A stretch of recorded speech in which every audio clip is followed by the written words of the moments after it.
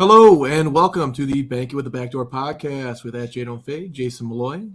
Today we're going to be talking some Bills free agency. A lot of exciting things going on in Buffalo, up at One Bills Drive, in Western New York in general, I'd say, and around the sports world. We'll get into some of that here. We've got a couple of guests here. Why don't you go ahead and introduce yourself, Joe? I get to go first, man. How you do? Normally it's the guy on the other side that goes first. No, you're the special guest here. You're the guy here. You guys are let's not pretend, Joe. Far harder working and far busier than I am. My name is Joe Miller, and I am the host of I don't know what it's called in the offseason, the Overreaction Sports Show, because it's no longer a post-game show. And I'm also the co-host of the Off Tackle with John Fina show and the Hump Day Hotline with Jay Spence the King on the Buffalo Rumblings multicast network. And I'm super, super glad to be here. Thanks for having me, fellas. Of course, man. Listen to that voice. You're legendary, Joe. Here we go. Stop it. Stop it, Joe. Justus. You know. Let's get into our my father's not a big listener of the podcast, but or at least hasn't gotten too much into it, but he knows Joe Miller, so he's going to be tuning in today. Just give me a nice rhythm and blues beat, and I'll do the rest. When he's beating me down, we watch Bills game together. So when he's beating me down, he will, if he sees Joe Miller says something, he may agree at that time. So we'll move on to our second legend here. That is Justus. True story. Okay. True story. Legend. Wow, that is okay. All right, I appreciate that, but I don't know about that. I am Justus General Radford. I am manager of YouTube and podcast division over at Buffalo FAMbase. So, it's pretty cool being able to say that. But, man, thank you for having me on the show, Jason. I appreciate it, man. Of course, man. And this is, technically, I'd say, I don't want to say it's our inaugural podcast here. I've given out, we started out here at Bank It, doing some picks, and we started with the Super Bowl and went on a couple weeks from there. We were in the positive, which was awesome. And then we started getting into some shows, and we were going to release one about 2 weeks ago. Some little mix up there, some technical difficulties, some transitions took place, but now we're back better than ever. The Buffalo FAMbase, which is awesome. Justus, Joe, we're gonna get into some free agency here. We could start anywhere. Number of players, number of impact players, I'd say in my opinion, but I think we got to start with the big one, and that is it's Big Vaughn Miller. Howard. Oh, that one. Yeah, right. That too, yeah. Or we could talk about McKissick as well, if you guys would like. Doesn't bother me much. Yeah, exactly. So Vaughn Miller, I think it's a great signing. I love the signing. Obviously, I think the first reaction that I had among probably others was I saw 6 in 120, and that was a little. I immediately went to Google and I had to see. All right, he's 32, right? 31, and I said, yeah, he's 32. So 38. I went and referenced Bruce Smith's page. I know he's chasing Bruce's record for a while. He was on pace for it. I was worried years back, but it's kind of simmered down somewhat there. Not that he can't still get it, obviously.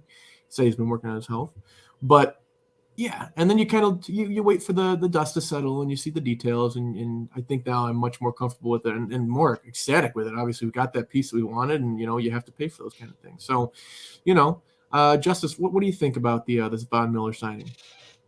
I think it's a great signing. Just like you, saw the 6 years, 120 million, and I was like, okay. At first I was excited to have Vaughn Miller, but then, I think about Brandon Beane and I'm like, all right, a lot of this is probably fluff, just knowing how Brandon Beane does contracts. So I kind of talked myself into being okay with it. And then once the details came out, I was like, yeah, that's pretty much what I figured. So I think Vaughn Miller is going to be super important to the development of these guys, of these assets, that the Bills have invested in, Gregory Rousseau, Boogie Basham, AJ Epinesa, Ed Oliver, even, I think he's going to help make these guys better. He's going to bring championship pedigree to these guys. He brings a Hall of Fame caliber mind and physicality to the football team, which, on the defensive line, at least, we haven't had that necessarily like to such an elite level since, maybe like Mario Williams. Jerry Hughes obviously is great, but he didn't necessarily have the like dominant, abilities that Vaughn Miller had, So I think it's a great signing. I think it does a lot for the morale of the city and the team, even more so than it already was. But you give Bills fans a reason to be excited, and they're going to take it. So I think it works on all fronts, honestly. Super good. Certainly agree. Joe, what do you got? So I was locked in to the NFL Network the whole day, like Wednesday. I believe that's the day. It was Wednesday when the news broke, right? Or was it Thursday? Both days I just been locked in as far as on the NFL Network. It was just on all day long, both days. And Vaughn Miller was not on my radar. As much as I knew he was a free agent, we're Bills fans. He was the guy that's like, that guy's not coming to Buffalo, right? I mean, that guy's not coming to Buffalo. Chandler Jones, we'd heard the hype. I was very much on the Danielle Hunter wagon. Like, I really wanted the Bills to make a move for Danielle Hunter because to me, he was a perfect fit. Whereas Vaughn Miller and Chandler Jones are both more 3-4 outside linebackers that have had their time in 4-3 systems and have been somewhat successful. My mistake was, and it didn't catch fire, which I was surprised. I live video recorded, so it hit NFL Network that the Bills, the Bills are signing Vaughn Miller, and I paused it, rewound it, and then video captured it and like reacted on the video. And when it got to 6 years, 120 million, or 4 years, 120 million, whatever it was, I was like, what? What are we doing? Yeah. So I was a little bit negative in my video that nobody caught, which I'm pretty happy about that, because that probably could have caught me. But I'm excited about Vaughn Miller being here. He's a phenomenal player. He's a step above Jerry. We all love Jerry. We all know what Jerry can do. He's a benefactor like Jerry. Justus was just talking about Mario Williams. He's a benefactor of being with Aaron Donald at times and being with some other guys. He's going to be a first ballot Hall of Famer. And I made the mention on Twitter, I think, to Pat Moran. I was just like, it'd be great to see Jerry come back at a really low number and have Jerry on one side and Vaughn on the other, because we know what Jerry can do if there's a guy getting double teamed on the other side of him. He becomes a machine. Like, Jerry gets pressure carrying all the double teams. Well, give me another dude over there that's going to get double teamed, and then the offensive coordinator kind of has to pick his battle. I'm excited about it. He's definitely not going to see the end of that contract. My dad was texting me and he was like, how long is this guy going to be here? I'm like, well, all contracts in the NFL seem like right now they're 2-year life cycles. That's pretty much what everybody gets is 2 years. If he plays well, if it's like a Champ Bailey type of a situation where he's good into his prime years, he could be here 3. Who knows what happens in 4? But I'm excited. We've all talked about it. This defense has to get home. They get pressure, they don't get home. And the reality is Vaughn Miller, he has the moves and the skills, as you said, Jason, to be able to show the other younger players how to do it as well. Because Fina would tell you that all those guys did was push. They stutter and pushed. They had no pass rush moves last year at all, and it would drive him crazy watching those guys. Yeah, I certainly agree. I think we've been missing that. Go ahead. Can I say, I was with you, Joe. Like, I was like, okay, Chandler Jones, or I don't even know, right? And then, like, Vaughn Miller was like solely elsewhere. It was just like, okay, maybe Carl Nassib, like, so to get Vaun Miller, I was like, whoa, like, oh wow. And then his reaction to coming. I mean, the whole. Obviously he was excited in the video that he shot that we're going to Buffalo when he was in LA. And then I'm sure there was some buyer's remorse there. They talked about it on the plane that he didn't smile all day. And then when he got here and met the staff, and then just his presser. So there's a reason that he wants to be here. We don't know. We know that McVay and the Rams did a lot to try to bring him back and court him back, even when they knew the deal was slipping away from them. Like, what are you doing? Don't you want to stay with us? And he's like, I got mad love for you guys. I love you. You don't leave Aaron Donald, but he did. He made the decision. So there was money there to be had. I don't think it was a money situation necessarily that brought him to Buffalo. So the question is why, which is the interesting part. I tweeted, and it's got that tweet did get legs as far as just all the things going on. And there's the Josh Allen effect right now is real. Like, the Josh Allen effect right now is real. These players know that kid is something else. He's not what everybody else is. So I think that was a big part of the reason that he wanted to come here. And I'm sure that he got recruited by some other players on the team as well. So it's just exciting to see how excited he was to be here. So, right. Yeah. Crazy. He was on that team. I want to say it had to be last year, where Jake Kumro caught a touchdown against the Broncos. We lashed the Broncos. Yeah. 2 years ago. 2 years ago. 2 years ago. Yeah, and then we had to score with McKenzie. We tried to score a touchdown like 3 times on that one drive, because he kept getting penalties. Like, we scored the touchdown, I think, 3 or 4 times in a row. That was when Allen turned around to the referee and was like, "How many times am I going to have to score?" Yeah, I think what's funny is they actually ended that on a field goal. Right. I think you're right. That's right. That's right. Thing. Yeah, but that was an inhuman throw. That was a throw that nobody else. Oh, it was a laser. Yeah. Yeah. I think that I'm trying to think of the feeling that I had. So I remember being a kid, and I think I was like 12 or 13, and my dad would take me to games and things. And I think I went to a game every single game this year, or that year, the specific year I'm referencing. And I woke up in the middle of the night, and it was like maybe 1 o'clock in the morning, and I saw a picture of T.O. on TV, and he was wearing like a Bills hat, I think. I could be remembering this wrong, but he was wearing a Bills hat. Yeah. And I'm like, what the hell is going on here? What is this? It's some kind of weird thing. And I'm like, it's T.O., And it's a bit different, right? I mean, we locked this guy down. Like, if we want him after 3 years, he's here. He's ours. You know what I mean? But, right. T.O. got like the key to the city. Like when we signed, he literally got the key to the city. Yeah, I was like losing my mind, bro. Like, and I was just getting into like taking football seriously at that time. Right. So like, it was just like Terrell Owens, this guy who's always in the media because he's a diva, but he always puts up the production. It's like, I want him on my team. I don't really care. Like, he's a Hall of Fame player. He's a monster. Yeah. I don't think he ended up being first ballot, but he should have been first ballot, correct? He was not because of his obviously the antics and stuff. Which is, I mean, if you look at, what the funny thing was, I said before DK Metcalf got drafted, I go, that is Terrell Owens, and same body type, same exact body type. They are humongous, and they look like animals when they run. Like they just look like gazelles. So like in that one when he chased down, they're just different humans. Yeah, they're built for football. When they were comping DK, it was either last year or the year before. I was the one that was like, he looks like T.O. and people were like, he doesn't look. And they were giving, I think they were giving Anquan Bolden type comp. I was like, he looks like T.O. No, he's a massive human. Yeah, Anquan Bolden was not that like stout and fast. He's just a different breed. You know what I mean? Like, it's that Calvin Johnson, Julio Jones build. Yeah, for sure. Yeah. DK could be DK and Diggs right now.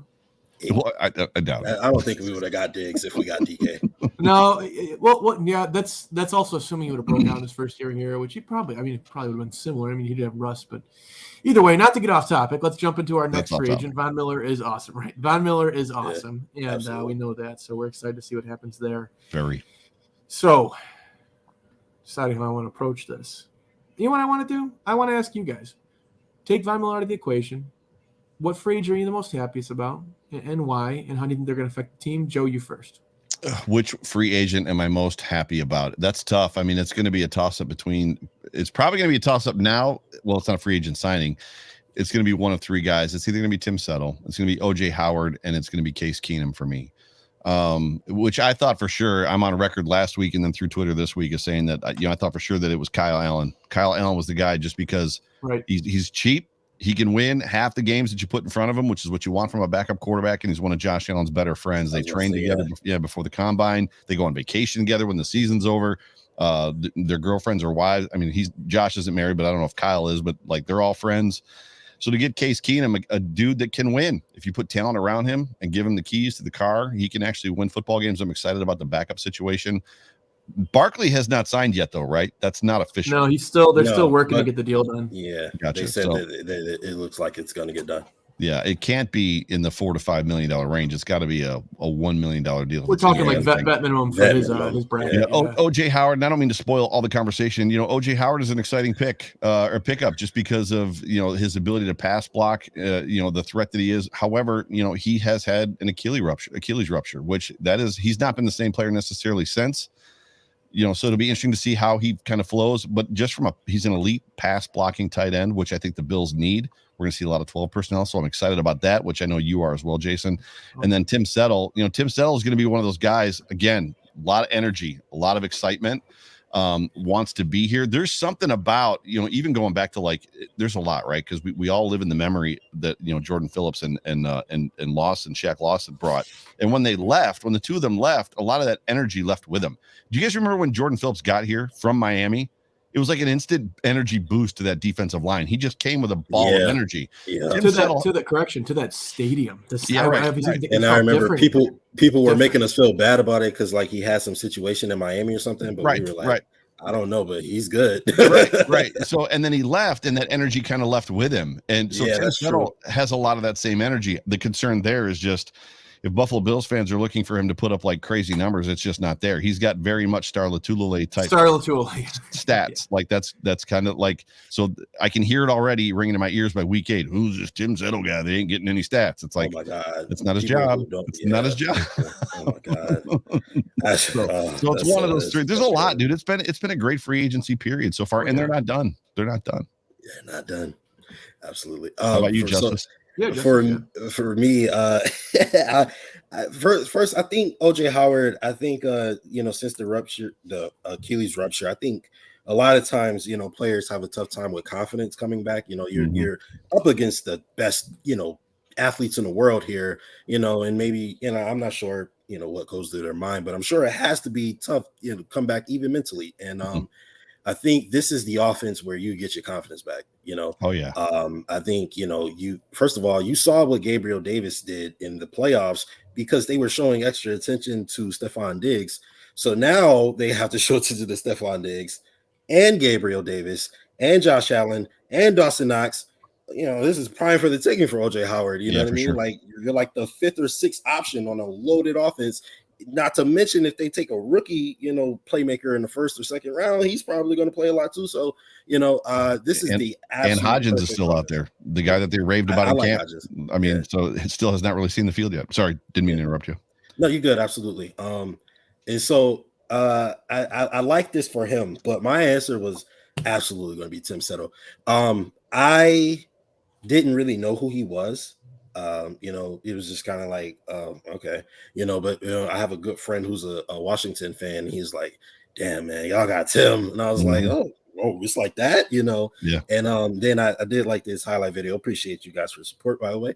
And I was just going through his highlights. I'm like, yo, this guy is nice. Like, so it's just, and Joe mentioned it, that energy, you know what I mean? Because it's a guy who's likable, who the fans can get behind because Harrison Phillips was our Walter Payton Man of the Year. He was Mr. Buffalo. He meant a lot to the city, and I think having a guy to replace him who is also super likable brings that same energy that a Jordan Phillips, that a Shaq Lawson brings, and to have them back on top of it, I think there's going to be a surge in energy on our defensive line, which, oh my goodness, because not only that energy, but you also have Vaughn Miller. I didn't even think about that. Like, oh my God. So like Gregory Rousseau really should be in an abundance of greatness where he can, take that step into superstardom. Yeah. So for my money, I say the best or my favorite non-Vaughn Miller signing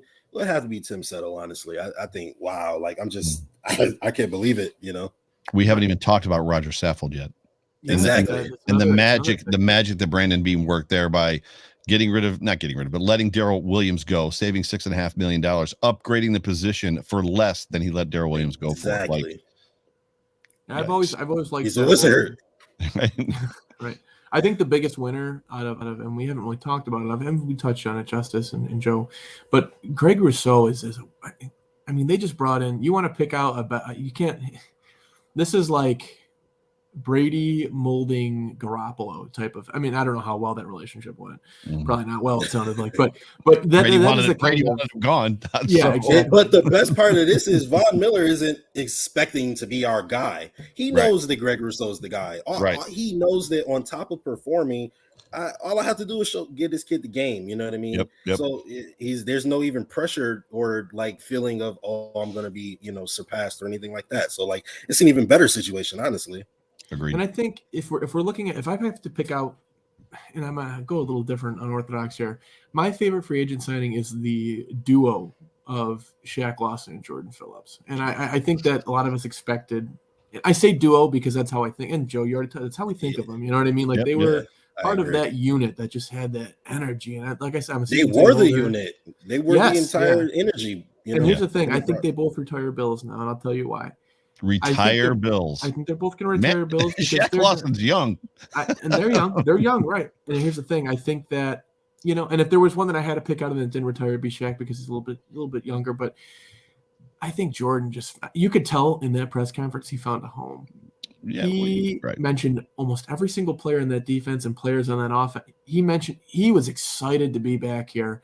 And I think it did. I don't know if the money really mattered, honestly. And I don't know if it's going to matter much in the future, because I think once you make a certain, I mean, even though things didn't go so great in Arizona, I mean, he took a nice chunk of change with him. So, I'm about to say, he still made money. Once you're sitting on some money, you can make some different choices. You see it a lot more. I'm a huge baseball fan. You see it a lot more in baseball where guys are willing to, like Yadier Molina is a catcher for the Cardinals, right? The dude's like still one of the best defensive catchers in the league, first ballot Hall of Famer, but he takes next to nothing every year from the Cardinals just to stay there, because that's just how it is. Once you make some money, you can make some choices. You have more options for your family and just in general. And I think that, not on top of the fact of the energy they're going to bring, the charisma they're going to bring, the nostalgia they're going to bring, they're going to allow for a much better and more confident rotation. With that rotation McDermott preaches and practices, it's going to help. Now that Vaughn Miller is not going to have to take 80% of snaps, he can take 60.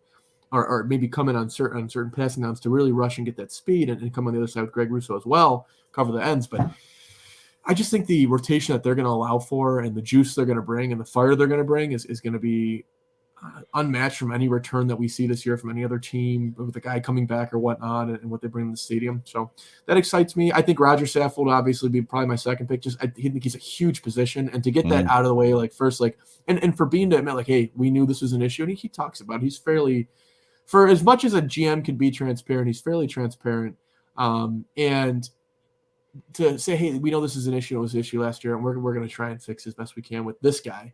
I like that, because I've always liked Roger Saffold, and I think he's a well-respected guy that's going to help even some of the younger guys. I know Deion's not younger, but to be able to help guys like that, guys that are maybe coming up, even maybe Cody Ford gets help. I don't know, maybe guys that are just struggling, or Ryan Bates, Spencer Brown, anybody, I've heard a lot of people say that they have reinvigorated faith in Cody Ford now, that there's not very much expected of him. And with, Cromer coming in, a new offensive system coming in, they feel like he might be able to be salvaged.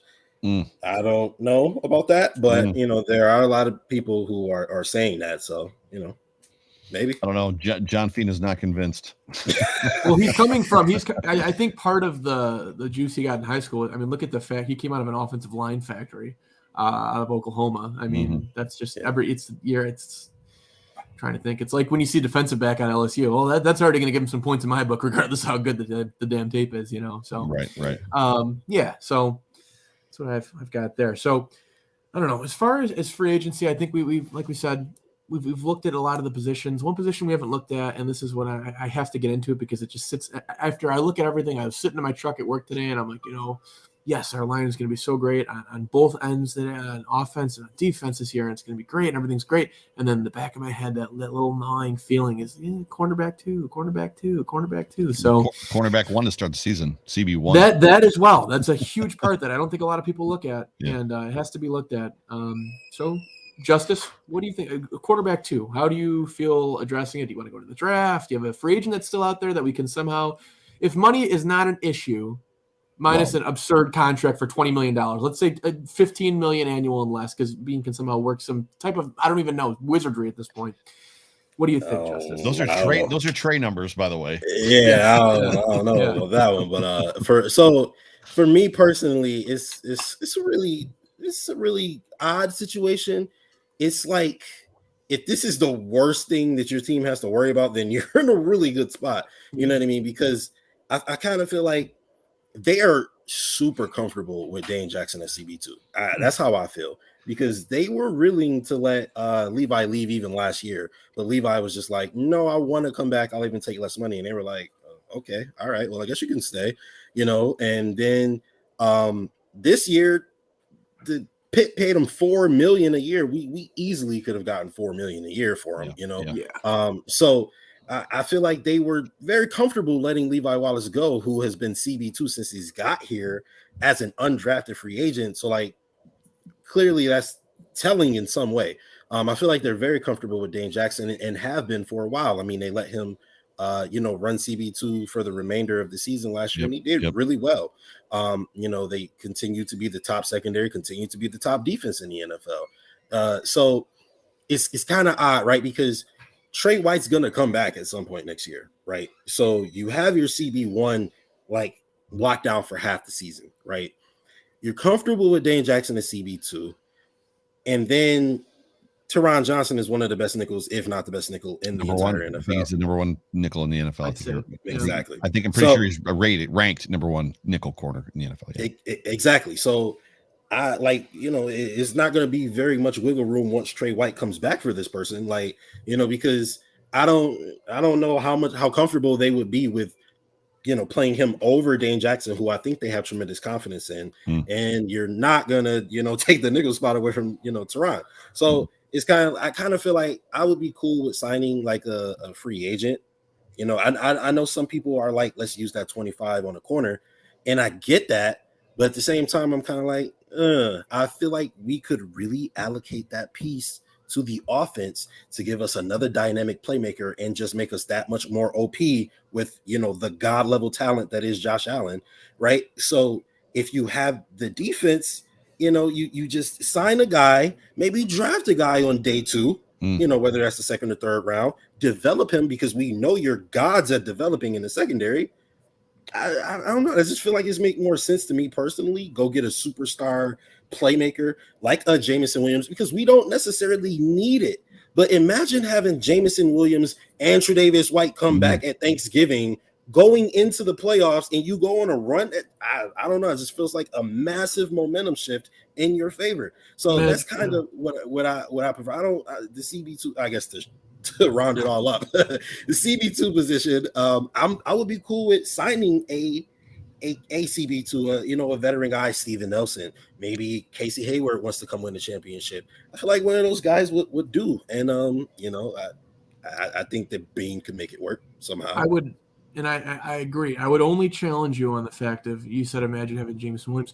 Imagine having Trey White come back and imagine having another Trey White on the other side, like a Roger McCrary maybe. Yeah. Or but I mean, I would say that because they have clearly invested and believe in Dane Jackson. So I don't know how much. I like him too. I really do. I'm always with the point we're at with this football team, and I think it's where Buffalo's mindset in general, the sports, it's going to change with the Sabres in a couple of years when you see guys like, oh wait, we like Zemgus Girgensson. Well, no, he's gone. It just doesn't match up with what we need anymore. Oh, we like Victor Olofsson. No, he's not good enough. We got a guy that's better. We're going to keep getting better. So I think that part of that too is like, if you can lock down, like, remember how big of a deal it was that we got Trey White? We got a number one corner, one of the best corners in the league, and he is affordable for years. Like, imagine if Roger McCreary is that guy. Now you've got Trey White under contract. You got a no-fly, and you got Jordan Poyer, Micah Hyde, who I'm sure want to stay here. You have a legit no-fly zone for like 3 or 4 years. That's in this league where it's a passing league. And with our offense, I mean, who's stopping us at that point? Well, I would just challenge you in that the Bills' defense has primarily been a no-fly zone for the last 3 years already. So they've just given up. They've let up at best safety net in the league. Yeah, they've let up at bad times or at unfortunate times, but by and large, that defense has been a no-fly. They've been the number one pass defense, I think, the last 3 years in a row. I hate to burst Justus's bubble. There's no way that this staff is drafting anything but defense first round. That's just who they are. They draft defense first round. That's what they do. That's what they're known for. And I think I'm okay with a corner in potentially the second round. I don't know if I would want corner in first round. I think you guys are right. I think they do trust Dane Jackson. And let's keep in mind that they remained the number one pass defense in the league last year with Levi and with Dane. I don't think they even tendered Levi an offer. I think they were like, "You're good." Yep. All right. Thanks. Yeah. Just not whatever. quick enough, Gage. Just not quick enough. Yeah. But Dane, I'm not sure that I ascribe to the idea that they don't want to bring in competition against Dane. I think if they can get better, they will. But when you've got Trey on one side, you're not looking for another Trey on the opposite side, in my opinion. Right. But that's why I said a day 2 pick at cornerback to challenge Dane. I would agree. I would agree with that. And corners, just like, JC Jackson was a 4th round pick. Corners can be found just like anybody else can be found. Diggs was a 4th round draft pick. Guys can be found late if you're good at, look at Milano. Milano was a 3rd or 4th round draft pick, right? So, guys. Treverius Ward in Kansas City was a later round draft pick as well. Right. Guys can be found late. So it's just a matter of finding the right guy. But I do believe they're going to go defense with the first round. If it's a corner, I would be surprised. They might. We'll see. But a playmaker would be great, right? So if you think it's going to be defense and you would be surprised if it's a corner, who do you think they're going to get? So I'm not a draft Nick necessarily, so I don't necessarily know the players probably anywhere near as you guys or Mike Nealon does, who's asking about Breece Hall. I start to watch. Amazing. Yeah, I start to watch more when we get closer. A couple weeks before is when I kind of more or less get into. I don't watch any college football at all. I've just never really been a college football fan. But for me, the only way I see it going offense is if they go big offensive guy, which could come down to Ryan Bates, whether or not Ryan Bates ends up in Buffalo or not. If Ryan Bates doesn't stay in Buffalo, they could go guard with that first round draft pick. If not, it's going to be interior defensive line, because even though they went and got Jordan Phillips, Starr is gone. Justin Zimmer, they didn't tender Justin Zimmer, right? Did they No, they didn't tender him, right? So they did not. Nope. They did not tender. They only tendered Ryan Bates. I mean, they still have a need there, right? In my opinion, they still got to need a defensive tackle. They're not going to go edge, I don't think. They could go safety. As much as we love Micah Hyde and Jordan Poyer, neither one of those guys are getting younger. So I mean, it's and the guys they have behind them are good as well. I would just be surprised, if they win. I would be really surprised if they win playmaker in the first round. I just that doesn't seem to be their makeup. But and to go with right, Justus, this is a great problem to have. Not to mention pile on top of that equation or that formula that Josh Allen is just now should be reaching the point where he's starting to make the guys around him better, which means they don't need first round draft picks that are wide receivers. He should be able to make a second or third rounder like Gabe Davis better, or fourth round or whatever Gabe was. Like, he should be able to make that guy better than he actually is, right? So that's the other part that kind of plays into it. I mean, he's superhuman. He's a creature. Everyone wants to call him a creature now. So yeah, I like Winter Soldier. So there was a poll up. Somebody put a poll about his nickname. So I like the Winter Soldier thing over creature. I like the general. Naturally. General. It works. And I don't ever remember seeing Big Ben move like he moves. People are trying to say that too. Like, no. There is no Josh Allen comp. Patrick Mahomes is the Josh Allen comp. Patrick Mahomes is Big Ben was just a big guy that could fight off sacks really well. Right, like that's what people think. But Josh is more bigger fluid. Allen's bigger than Mahomes, right? So and faster and stronger. Right. He doesn't waddle when he runs to the sideline either. So. One last thing. I know what. Yeah, exactly. A little baseball joke there. I can't make fun of it. Lifelong baseball player here. But last thing I want to touch on. We're running a touch over here. We'll make this quick. So we're going to get Joe going, and then we're going to cover some betting here.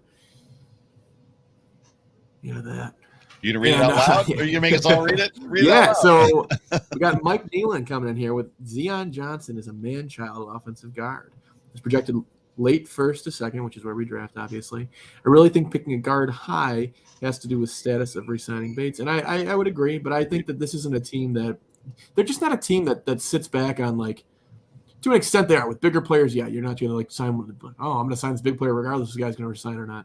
But, like, they're just constantly trying to add guys to the mix and have competition. Like, they're going to – we talked a little bit about cornerback too. They're going to bring in competition for Dane. They always brought it in for Levi. Now, I think that I agree to the sentiment, and I told my dad this the other day and a friend this the other day, Chiefs friend that I have, saying that, yes, it's basically, all right, here's this guy we're going to throw in the mix. We want you to win it. Go and win this job.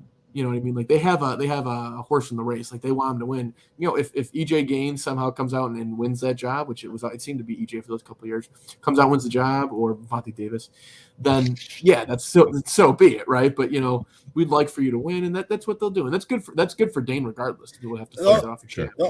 Only reason I say I love a playmaker is because we are in the fortunate position where, with Trey White healthy, we know who every single starter on our team is going to be, with the exception of Ryan Bates. But I suspect he's coming back, right? Yep.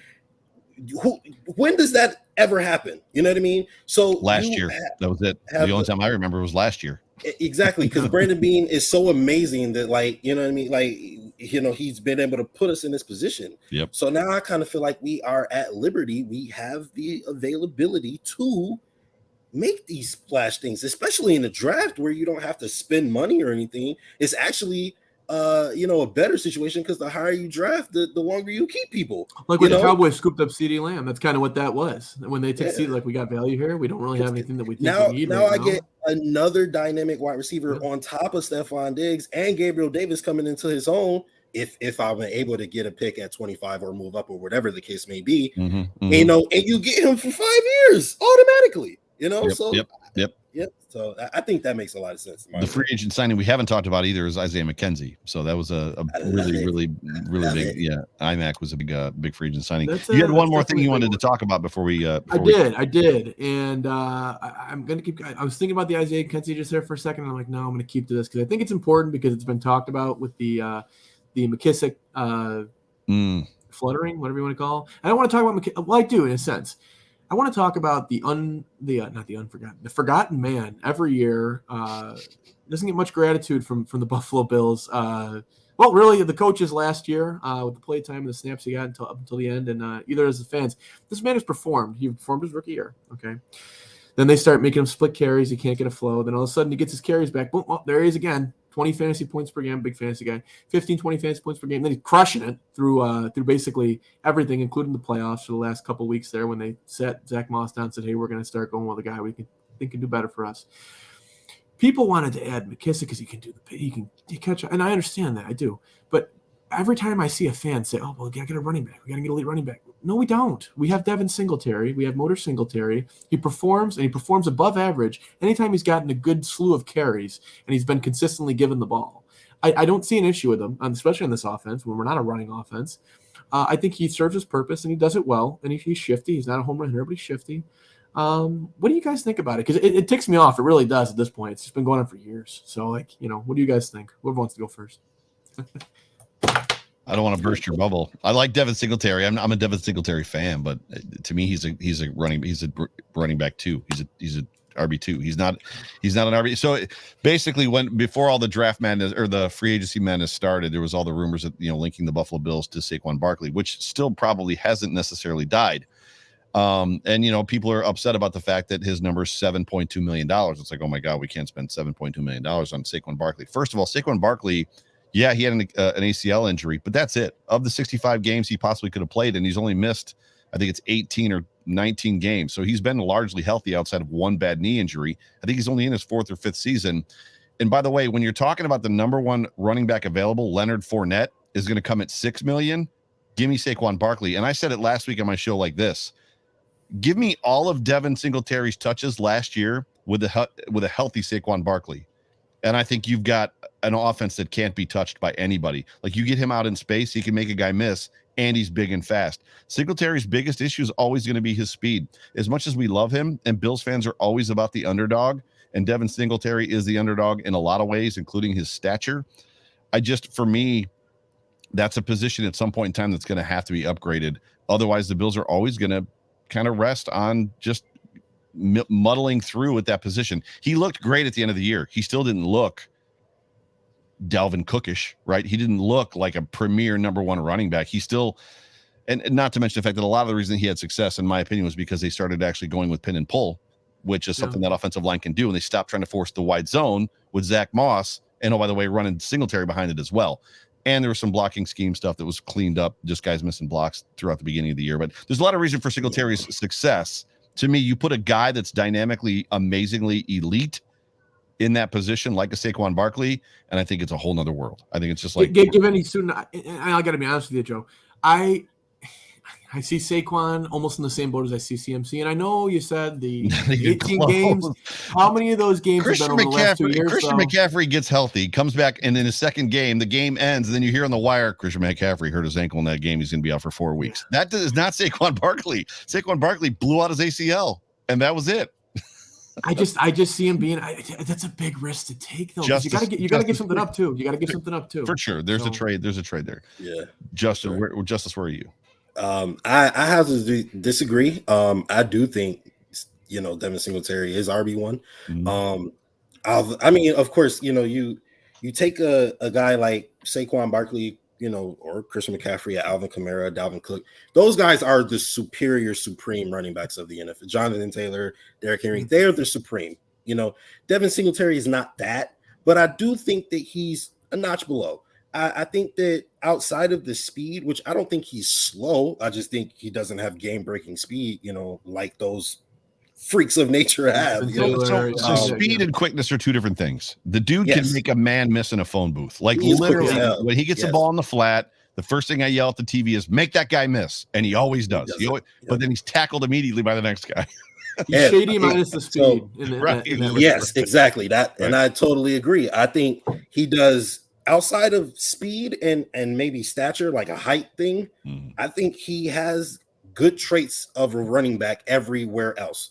And I think that is a high quality running back. I really like Devin Singletary when he came into the league.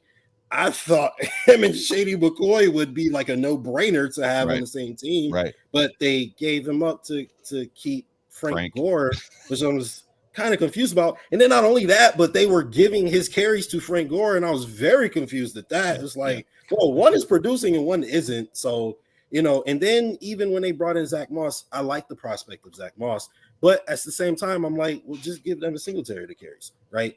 And when they finally gave Devin Singletary the carries, after 2.5 years, he performed. And I think he would have performed had he been given the carries from the jump, because I think he's a productive running back. I think he had to deal with an absolutely garbage offensive line at certain points of his career. I think he also had to deal with an absolute lack of a run scheme, at certain points of his career.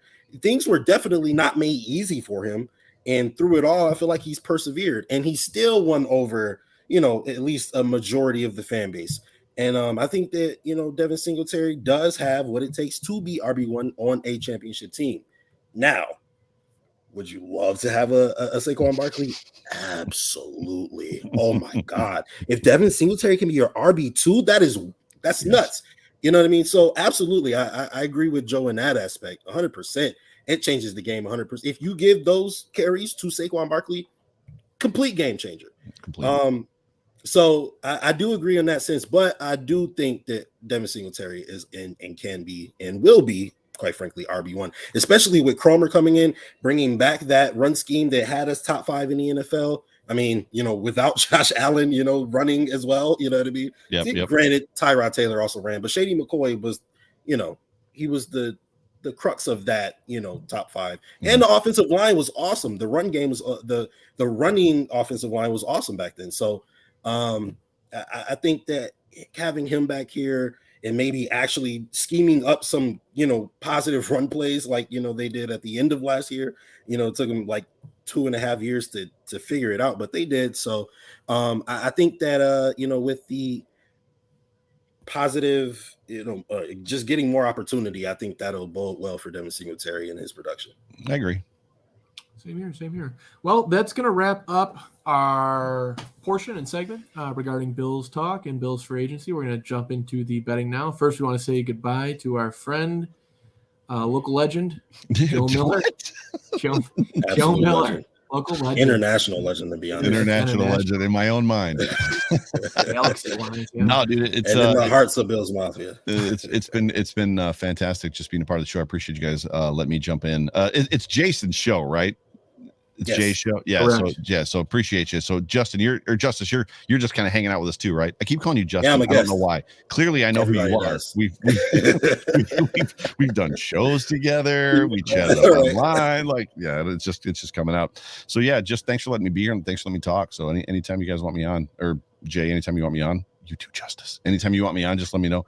Hit me up. Good, but yeah, take you up on that. Yeah, tomorrow, 8:00, live on YouTube, on the Buffalo Rumblings YouTube. It'll be on Twitter and Facebook as well. But yeah, Overreaction Sports Show. I got to get used to not saying post game again. I have to do this every time, every year. It's like, and then when the season starts, I have to get used to saying post game again. Yep. It is what it is. But thanks. It's like when the years changes. Yeah, exactly. Hopefully, yeah, that or the time zone thing, right? That when all that crap changes, or the what time is the show? 8:00. So new time. So I was going at 9:00 before. I've moved it to 8:00. Yeah. So which will help for Sunday Night Football too when the time comes. But it's just certainly. Yeah. So but yeah, appreciate you guys. Appreciate the chat. Of course. Absolutely. Awesome. Having you on. Nice having you on, Joe. We'll see you again soon. Yep. Talk to you guys soon. Go Bills. Go Bills. All right, Justus. So we're gonna dive into some here. I don't know if it's quite your forte. I don't have any experience with sports betting, right? But can't put something on your resume until you do it. So I'm willing to, get it, see what it's about. You know what I mean? Right. Well, I got 4 picks here. Okay, and this is how this is kind of how the segment goes. Anybody that's followed any of the picks is I calculated the numbers. I've actually won a ton of money. Somehow I was making really. I don't want to say somehow. I mean, I take time to put my picks together, and I give myself a little pat on the back here. I think we're up right now. We should be up about 5 or 6 units, about 600%. Doing really well for these last couple of weeks here. We took a little hiatus here. Money wasn't good. Games weren't good. Things were kind of fluky. The Jack Eichel thing was going on. So we had a lot of stuff going on here. I didn't want to place too many bets. However, we're going to get back into them, okay? So the first bet we've got here, we got a mixture of some basketball. We got a mixture of some hockey. I've got 3 bets, and I've got 1 parlay. We're gonna call that the put up parlay because you got to put up or shut up with these things, especially with parlays. First one, my Toronto Raptors tomorrow are playing the Philadelphia 76ers. Raptors are on a hot streak. They're playing really well. They just snapped their 5-game winning streak, unfortunately, against LeBron yesterday. Some strange calls to end the game. Scotty Barnes coming out, really performing.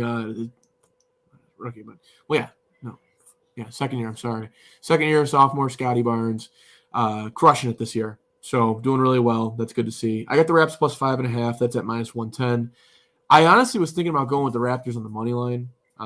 Justus, I don't know what you know too much about basketball. If you got a team or anything like that, and we talk football. What do you got? I mean, it used to be like a equal love type of thing. Like it was, I loved football when it was football season, and I loved basketball when it was basketball season. And I couldn't decide which one I love more, but in my later years, pretty much after I stopped playing basketball, my love for football pretty much eclipsed it. But I still pay attention every now and then. I know Joel Embiid is a boy. I know that much. He is a monster. He is. And I mean, I know the Raptors are also pretty good. I know that I saw the game highlights of the game, and it was a pretty fluky win. It was a strange one. Yeah, absolutely. So I'm gonna go.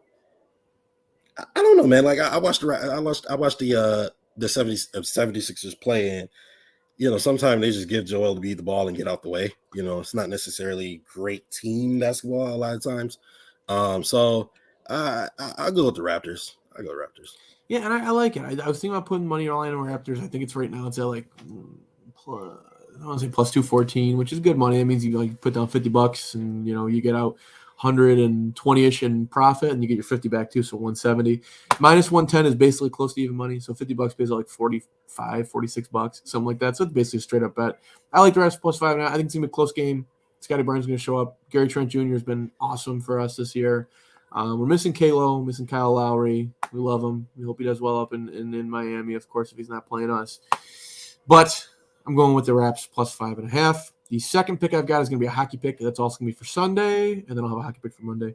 Hockey pick for Sunday, I'm going with our Sabres. Last night was a strange game. I had some complaints about the game.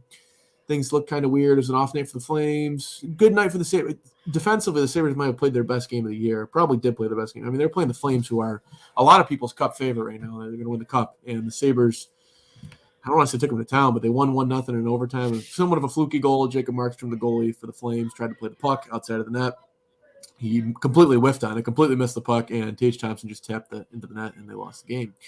Very quiet, strange game, but I have the Sabres after a good night, a needed night of rest. I mean, you're playing the Flames on a back-to-back after an awful loss to the Oilers. They get off today. Tomorrow, they're playing the Canucks, and I've got the Sabres plus 1.5. I didn't want to go money line because that building can get going. Canucks fans are like similar to Bills fans, I would say. Vancouver to most people in Canada is like from what I've heard from Canadians in like chat rooms and stuff for the hockey, they say that's like the New York City of Canada. Like Vancouver is really expensive. It's like $3,000 an apartment, blah, blah, blah. So those fans can get going. Either way, they support their team regardless. I don't know what that means, but they support their team, and I think they're going to get going. So I could see them losing, maybe taking it to an overtime, but they're going to play hard. They definitely got their ass, no, it's a podcast. They got their ass kicked. And against the Oilers, and then they did great against the Flames last night for the most part, other than a couple things that will get cleaned up over time over the next couple of years. The rebuild. Sabres plus 1.5, that's minus 145. $50 should pay out $29.55, I believe. That could go up, that could go down. We'll see what happens. It's not like basketball where you get a lot of surprise injuries and whatnot, or people that are just, You got like Anthony Davis, just deciding he's not going to play, or just, he just shows up in street clothes and says he's not playing. I don't know what's going on there. I don't know what's going on with the Lakers. It's a sad story. Actually, it's not. I hate the Lakers. So, I love LeBron. I don't care much for the Lakers, but I like LeBron. And I used to like LeBron. I did. I was growing up. I watched it. He was like my MJ. You know what I mean? I liked the Cavs for a bit because I was like, oh, it's LeBron. You know what I mean? And then he started going, and he kind of pissed me off when he went to Miami the first time. I understood it, but he did, and then he came back and they left again. It just I'm a guy. I'm a Bills fan for the most part. So see, I'm all about equal opportunity, right? So I feel like the Cavs did not put anything around him ever. Every time he went somewhere in the playoffs, it was like, it's LeBron James and Boobie Gibson. Like, are you serious right now? Like, Anderson Varejao, like, what are we doing right now? So then he leaves and he's the bad guy. I'm like, no, Dan Gilbert's the bad guy. He didn't give him any help, So and then when he finally came back, thank God they had Kyrie, because they didn't give him any other help. They did get Kevin Love, but it's just, I'm like, they never tried to help this man. And he upheld his word. Like he said, I'm bringing a championship to Cleveland. Yeah, championship to Cleveland, and then he dipped into it. He's more, from what he looks like, I know Colin Cowherd and so many people have mentioned it, like, LA made sense for LeBron for a number of reasons. Yeah, one, he's trying to get more into film. He was shooting Space Jam. Like, a billionaire. He is a billionaire. Yeah, look at Tom Brady. He moved, like, he's moving his operations out there. Guys that are getting into film and, like, they're starting to think, like, all right, I'm getting a little bit older. My knees are starting to hurt. I'm having to ice them more often. I'm taking, 1 day off every 2 weeks instead of every month now. I'm taking a game off.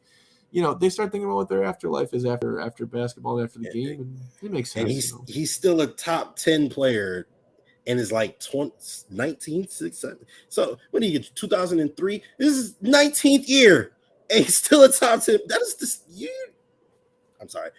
We got betting to do. The problem. No, I understand. I agree. I want to say, I think the problem is he's at the point now where it wasn't done intentionally, right? Like they went out and got Russ. Like Russ is a baller. I've always loved Russ, but he's not an elite player. At the end of the day, like he's a great player, but he's never going to be like carrying it. At the end of the day, in basketball, there's guys that carry teams. He's never carrying a team. It ain't happening. He's an above average at this point in his career. He's an above average player who has the green light of an elite player.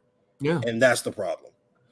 And they're asking LeBron to do essentially what he did and what he had to do in Cleveland for the first time, and even parts of the second time, and he just can't. I'm not saying LeBron's bad. He just can't do. He's not that anymore. He's not that nor should he be.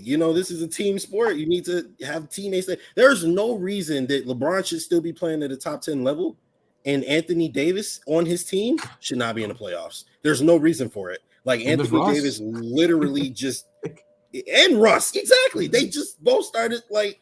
I'm gonna suck now. Like I don't understand it. I don't know what it is. It's not working out though. I don't know. They're gonna be. What's probably gonna be the Raptors probably going to play him to play in. So I'm waiting for that because I don't think that trade LeBron. There's only I don't think. I think he's just gonna walk and just be like, I'm gonna go. I think he's got a couple years left. He might have like a year or two left. He wants to play with Bronny with his kid eventually. So that'll definitely happen because any team will be like, even if it comes down to like. LeBron's averaging like 15 points a game. Like he's not the same as he was. He's not getting triple doubles. Even if Bronny is like maybe, let's say he's the 15th best player in the draft, somebody's going to take him at like 6 overall just because they're going to have LeBron and Bronny. Well, yeah, because I think, and I feel bad for Bronny because when he comes in the league, it's gonna be like, dude, you immediately jump in your dad's shoes. And at the end of the day, I can say it with full confidence now, you are not going to be your father. You're not even going to be 90% of your father. I'm sorry. You're going to be a good player, but you are even all the scouting reports don't show anything different. Like he's not going to be LeBron James. It's just not. You don't get those players though. They don't come along every 10 years. I agree with you, but I will say that they said LeBron wouldn't be the next MJ too. They were like, oh, LeBron, he's supposed to be the next MJ, but those are too high of standards to live up to. And then he lived up to them. You can disagree, but I don't think he was the next MJ. So yeah. I think MJ's the best player of all time. I think he's better than MJ personally. But I think what LeBron is MJ was more of like a pure basketball freak in my opinion, like the way he could just do anything he wanted on the court. And LeBron was more like, I'm going to be able to do like a lot of what MJ can do, 99% of it. But I'm also going to be able to lead your team and like your franchise to a championship. See, I think that's important. I think it was literally the exact opposite. I think LeBron is that freak who can go on the basketball court and do literally whatever he wants to. He's top 10 in assists as a forward. He's like up there in rebounds. He's number 1 in points ever scored. I mean, he does literally everything. His defense, everything, right? And then you have MJ, who was just the purest of pure scorers. It was just straight up, I'm gonna kill you. I'm gonna score and I'm gonna kill you. And I respect that. But I feel like as a pure basketball, because let's be real, look, if LeBron didn't have to be top 10 in assists, he could have chosen to score a lot more than he did. Certainly. He wanted to be an overall basketball player, and and he still ended up as the highest scorer of all time, which just says, what it says to me, But I respect your opinion as well, so I challenge you, and I'll end on this, but 4 words: flu game 6. Flu game 6 from it's insanity. Yeah, absolutely. I mean, those boosts, those plays of greatness, those moments of greatness, absolutely. But here's the thing about that. It's like, do we boil people's entire career down to games? You know what I mean? Like, because LeBron has had a 19-year span of amazing, top-notch, god-tier basketball. And then, he's had the Celtics game 6 game, which was as impressive as the flu game. I understand he did it. Well, minus being on the verge of death type thing, but yeah. Now I've heard rumors that wasn't the flu. So I know I've heard those too. Yeah. I don't know. And then I don't want to. Obviously, we'll get back into the betting, but where's Kobe and all that too? I see. Kobe, you know what? Some people, I don't know if they're just Kobe fans, but some people say Kobe's the best of all time. He's not the best of all time, bro. I'm memorializing. No. He's an awesome dude, but like he's not the best of all time. He was an amazing player that changed the game forever. Yes, and I feel like the comparison is a little too. It's not fair, right? Because it's completely separate situations. He came up in a completely different era. He had to deal with completely different things. So although if somebody said MJ was greater, I wouldn't like, oh no, you're absolutely 100% wrong. You know what I mean? But I think that in his own way, Kobe was just as great as either of the other two. Kobe had a lot of discipline too, and a lot of care for his. Kobe went out on top, and everybody says Kobe didn't go out on top. They didn't watch the last game, bro. That dude. I still watch. I don't like the Lakers. I can't stand the Lakers, and I still watch highlights of Kobe's last game because it's so damn amazing. It's insane. I was watching it live. Like I was watching it with my little brother because on the other channel, the Golden State Warriors were breaking the 72-10 record. Yep. It was like 73-9 or whatever. Yep. They were about to play that game, and I didn't care. Like we had to watch Kobe, and when he had 40, I was like, oh my God, and he hit 50. I was like, oh my God, and he's 60. I couldn't. Me and my little brother was like jumping and screaming. It was fun, man. Let's go down on top, man. So yeah, to bring it round circle here, we'll go with my third pick. Also a hockey pick. It's my last single play pick that we've got this week, guys. Last single play pick. It's going to be the Ducks on the money line. I just want to pull up what I've got for the number there. Let's see here. And that's going to happen on Monday. So give me a pick here for Sunday, Monday. It's a little late for Saturday. I have some games I like tonight. Maybe I'll throw you a pick before I end here for tonight if you want to still bet it. Game starts at 10:37. As a matter of fact, I will give you that pick. What's that? Is there a Sabres game on tonight? No, there's tomorrow. They played last night, so tomorrow is going to be the game. So, yeah, here we go. So Sunday, and that's going to be – I'm sorry, not Sunday, Monday. Monday, March 21st, it's going to be Predators at Ducks. I've got the Ducks on the money line here, guys, and great value from what I'm seeing so far. This line, honestly, I think the line's going to go up, but it's at plus 168 right now for the Ducks on the money line. Means if you throw down $100, you get back 168 in profit. I think if anybody's been following my picks at all, what I go with it, I would go is 50 for. I go for 50 for singles and I go for 20 for parlays. It just keeps the value at where you want it to be. So $50 would pay you out. Not too great at math on this one. $50 would pay out roughly like $90 in profits. If you get back 140, that includes the buy-in that you put in. Get that back. I like the picks we've got here. Ducks money line. I like it because the Preds are going to be tired. The Preds fight hard, but the Ducks are a really like young, skilled team where they're similar to like. Let me think of like a football analogy, like the Dolphins. 49ers. I'd say the Dolphins actually, because like the Dolphins, like they had their rough thing, and Flores got fired for whatever reason, stupid reason. So Florida's got fired, but they came back and they had that winning streak, and like they're that team. It's like, oh, we can see them on the come up, like it's not the Dolphins this year, the Dolphins last year. It's like, oh, they're a younger building team, not gonna be great, but then they started like fighting and like getting better, and like they're like, oh, they're winning some of these games. Like that's how they are. They're a very young team, which like you can tell the Dolphins were around the corner last year, the year before last, obviously because they missed again, but they're that team that's like right around the corner. Like next year they're going to be in the playoffs. Like just coming out of a rebuild, they're really feisty. They're really young. They got some good playmakers, so I like them.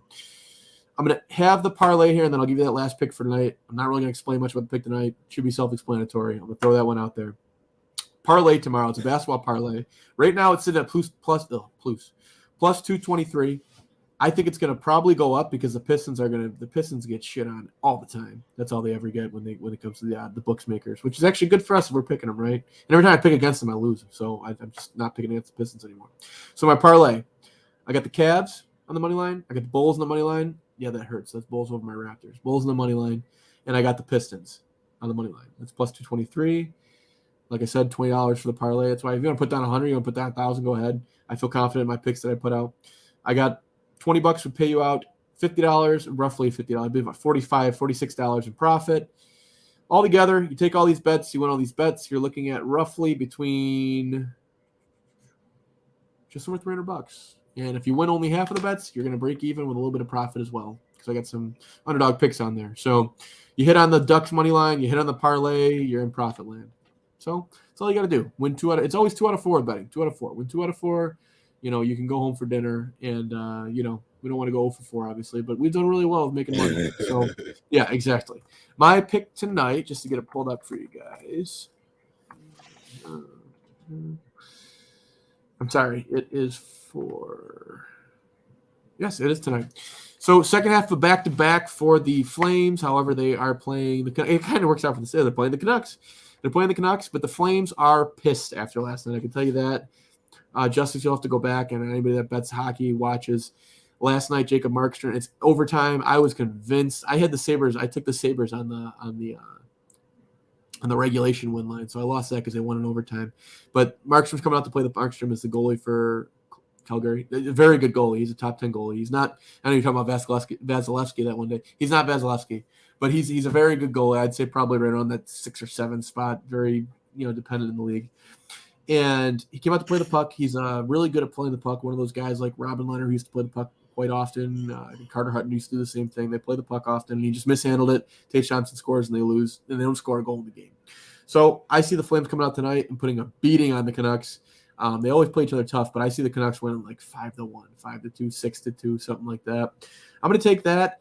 And the funny thing is, they're actually at like minus 132. So you can get them at like really good value. So you put like $100 down on that, minus 132, you're getting back like 82 in profit, 83 in profit, which is good because, at the end of the day, Canucks are a 30-win team, Flames are 37 wins, but the Flames are a fast team. They're extremely fast. You can see last night the Sabres are just flying around them. Johnny Gaudreau, I could be getting this wrong, but Noah Hannafin, Jacob Markstrom. Might not be in net today because second half back-to-back. But that's my pick for tonight. If you guys want to race to the boxes or race to FanDuel, DraftKings, put that in action. But if not, that's all I've got here on the Bank with the Backdoor podcast. We had Justus and Joe Miller on today. We are with Buffalo FAMbase. That's our new alignment, and just to kind of sorry, I'm slurping up here like an old man. Just to get a little clarification, guys. We will be with Buffalo FAMbase. That's what we're doing now. That's what we're doing here. Just some small transitions for whatever reason. We wish the best of luck to our other networks and whatnot. But Buffalo FAMbase is where we're at now. We like it. We're aligned there. Justus, if you want to say a couple words, you can. Totally up to you. What do you got? Man, well, the opportunity, obviously. This is the last of our inaugural, debut shows on the channel. So, we made it through our first week. So round of applause for us. Shout out to Rob and Mundy, Coach Mookie Hawkins, Del Reid, and Leslie Ann, and every Breon, everybody at the Buffalo FAMbase. Super great opportunity, and I'm excited. I think you told me you were excited as well. Oh, yeah. I want to thank you for having me on your debut show. This is awesome. Shout out to Joe Miller as well. That's my man. I love Joe. So yeah, man, I appreciate it, man. course, we love having you on. And we're going to try and collaborate with each other as much as we can as possible. So you'll probably be seeing a lot of Justus, a lot of Ryan Cahill, a lot of different guys that we'll be bringing on that familiar faces to you guys, bring you great content, bring you focused content. I'll be bringing you good bets and picks to be able to make some money. So maybe make some money. I don't know. At the end of the day, who doesn't like money, right? So that's all I got here with the Backdoor Podcast. I'm Jason Malloy. That's Justice General. We're all set for tonight. Go Bills and go win some money.